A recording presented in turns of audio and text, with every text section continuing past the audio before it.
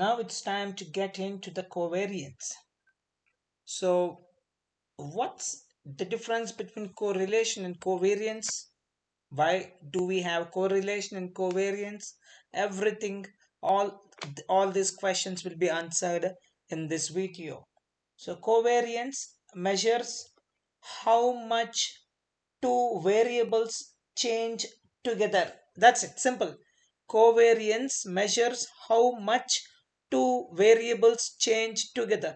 When this variable x and y, for example y and x, if x changes a certain amount, how much would y changes? That's it. That's what the covariance. So correlation is what's the relation between y and x. If x increases, y is decreasing or increasing. So the change is difference. Whether this change, whether the change is in positive way or negative way, but what we worried here is how much it changes. How much? So covariance measures how much two variables change together. So it indicates the direction, positive or negative, and magnitude of the linear relationship between the two variables. Okay. So that's what is covariance for us. Now, in another way, we can say covariance is a statistical term that refers to a systematic relationship between two random variables in which a change in the other reflects a change in one variable.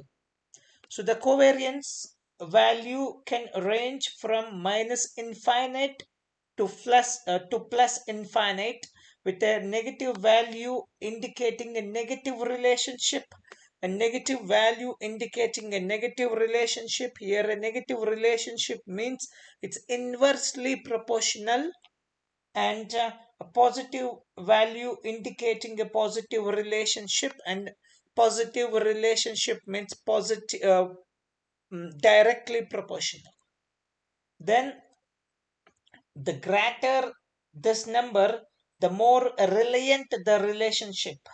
Positive covariance denotes a direct relationship and is represented by a positive number. A negative number, on the other hand, denotes a negative covariance, which indicates an inverse relationship between the two variables. Covariance is great for defining the type of relationship, but it's terrible for interpreting the magnitude. So let sigma of x and summation of x and summation of y be the expected values of the variables.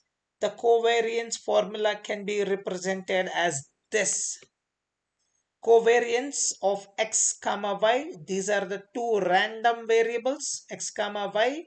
Now a summation of a product of summation of products of deviation, summation of product of deviation divided by n will give you the covariance. Okay, I'm repeating again. The product of the summation of the product of deviations of variable x and y will give you, divided by n will give you the covariance of x comma y. So here xi is equal to data value of x, yi is equals to data value of y, x bar is nothing but mean of x, and y bar is nothing but mean of y, and capital N is equal to number of data values, capital N or small n. The capital N is used for the population size and small n is used for the sample size, and this is what is a covariance for us.